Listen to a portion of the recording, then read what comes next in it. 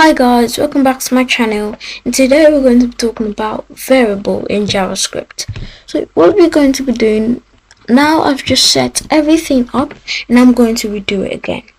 So first I'm just going to type HTML5 and I'm going to change that to JavaScript.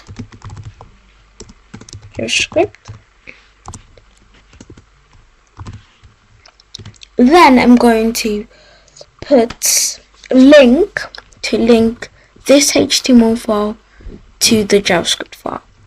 So I'm just going to start by putting script, then I can come here, put src and put the name of this, which is script.js. JS stands for JavaScript. Now I am fully set to go into my JavaScript. So I'm just going to put var there because that's what we're doing today. So in my script, I'm going to start off by just using var and tell you the basics of var. So var here, this is a keyword. Var is a keyword, and var, like to create just a sentence using var, you need a variable which is var. The variable name equals the sign, your input, and you close it. So this is the keyword right there. Variable. So now I'm going to put my variable name. You can put anything you want. I'm just going to put input. So what I want to tell you right now is that this variable name is very important, but it can't be a number, full stop. You can not do that. You can put that, but you can't just put items like that. You have to put a name, a specific, like a name. You can't put that. So now I'm just going to put input as my variable name, and the variable name is very important for the whole code, because if you need that code, like if you want to get what is inside the variable, what is inside this, you call this, not variable, because you want to be a bit specific. So now we have variable input, which is the variable name, and now I can open like equals to sign and put my input. So we have strings. So like if you want to put a string, you do like double quotation mark and this single quotation mark, though that is a preferable option.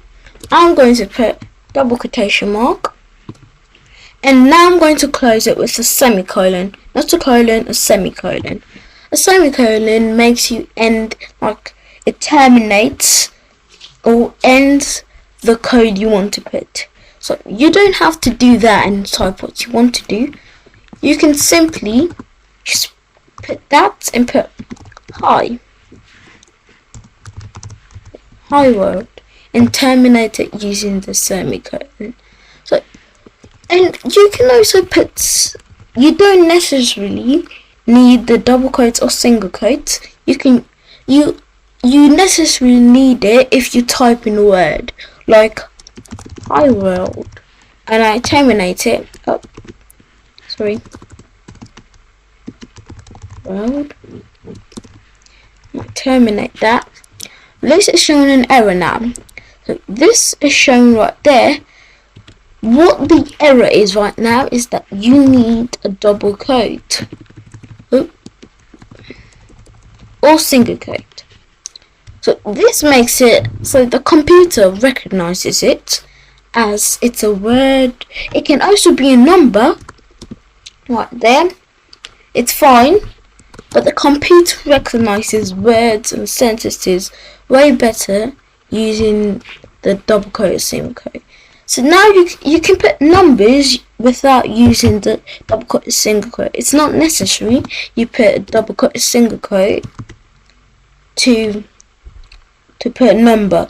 You can just put a number like that, and the computer understands it, because binary numbers, it understands it, and it understands numbers more than text and all. So we have var input equals to 1. So this right here is the basic code. I'm going to say something. Input. This right here is also basic code. I'll explain that later. So we have var input equals to 1. So this input, what is in this input, is 1. So now we can go into the next place. So we can put var input equals to 2. So now JavaScript can calculate, you can calculate like multiplication, division, addition and subtraction. JavaScript can do that easily, and it can also add strings together. Like, so when you put something inside a double quote or single quote, it's called a string. So whatever you put in it is still known as a string. So it can add strings too, but it can also add numbers. So to show that, I can't give it the same variable name. Unless you're redeclaring, which I'm not going to go into in this lesson. So unless you're reassigning, you can't give it the same variable name, or redeclaring, sorry. So you have to give it different variable names. You mustn't give a variable the same name in any part of your code. So I'm going to give this input 1.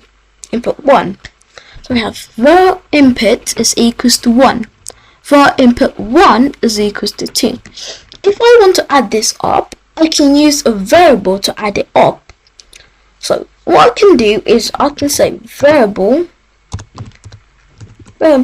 answer equals to 1 plus 2. I can terminate that. There. This right here, if I put a console.log, it would show 3. But if I want to use this variable names, instead of using this, I can put input 1 plus input 2, input plus input 1. That would still give me 3, because whatever you put, like this right here, as I said, is important. Whatever you put in this after that, this is responsible for it. Responsible is that if they call input, they call in 1. If they call input 1, they call in 2. But if they call 1, they're not calling input. If they call 2, they're not calling input 1. This right here, if they call it, it comes along with 1. So if I call input, it carries 1 with it. If I call input 1, it carries 2 with it. So you're calling both of them by just calling input 1. If I call 1, it does not call input with it. Sorry about that. So if you call in 1, it doesn't carry input with it. If you call in 2, it doesn't carry input 1 with it. So we have var answer equals to input 1 plus input 2. Now I'm going to open this, but before I do that, nothing's going to show except, sorry about that again. So it's not going to show anything in my browser except I make it. So I can put alert, it's a preferable choice again, alert answer, or terminate it. I put alert, I put console.log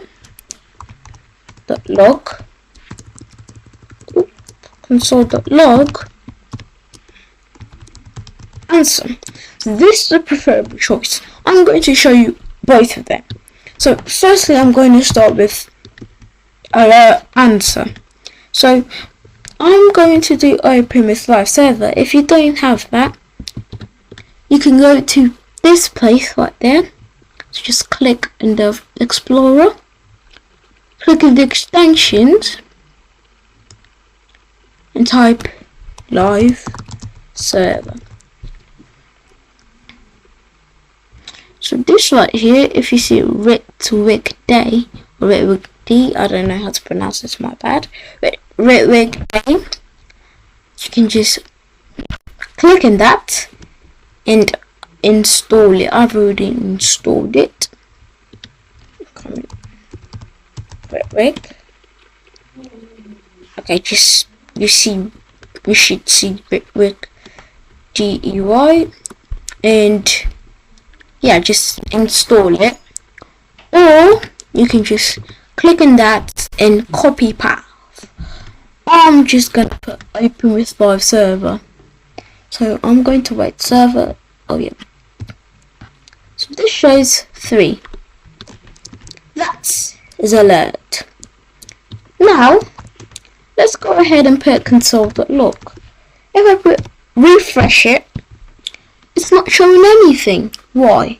So what we're going to do is going to our console, which is either, if you have a shortcut of Chrome, F12, or you can right click and put inspect. Click inspect and you go to element. You have several tabs open here. You can just click on console and refresh. You see 3. That is a preferable choice. So now we've just started with the basics of variable. So I'm just gonna go a bit deeper. Yeah. So we have variable input 1 equals to 2. Now we can just start making it a bit harder. So now, if you think you put 1 plus 3, 2 plus 3, it shows input plus input 1. Guess what the answer will be? 1 plus 3, 2 plus 3. Guess what the answer will be? You can pause the video and see. So the answer would be 1 plus 3, which is 4, and 2 plus 3, which is 5. 4 plus 5 is equals to... Oh, sorry. Well, let's read. That didn't work the first time. Well, don't mind about that.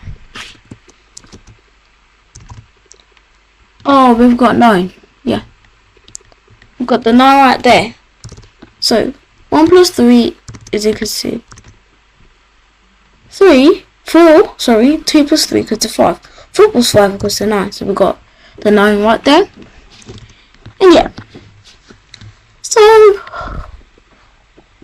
that's it for today's video. Thank you for watching, and make sure to watch the next video on JavaScript for Beginners Part 2. Bye.